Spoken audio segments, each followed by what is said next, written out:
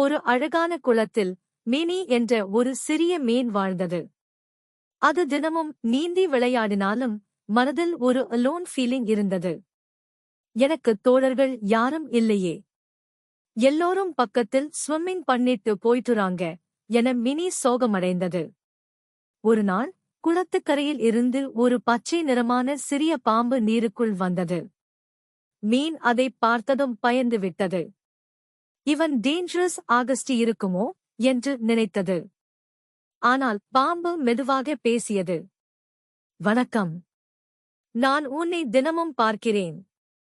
நீ ஒட்டுமொத்தமாக இருக்கிறதுக்கு நானே நண்பனாக வரட்டுமா? மினிக்கு ஆச்சரியமா இருந்தது.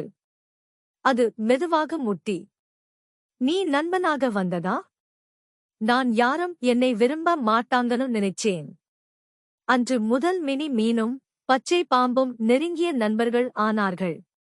அவர்கள் தினமும் நீரில் விளையாடினார்கள், பாடல்கள் பாடினார்கள், குளத்தின் மற்றவையையும் சந்திக்கச் சென்றார்கள்.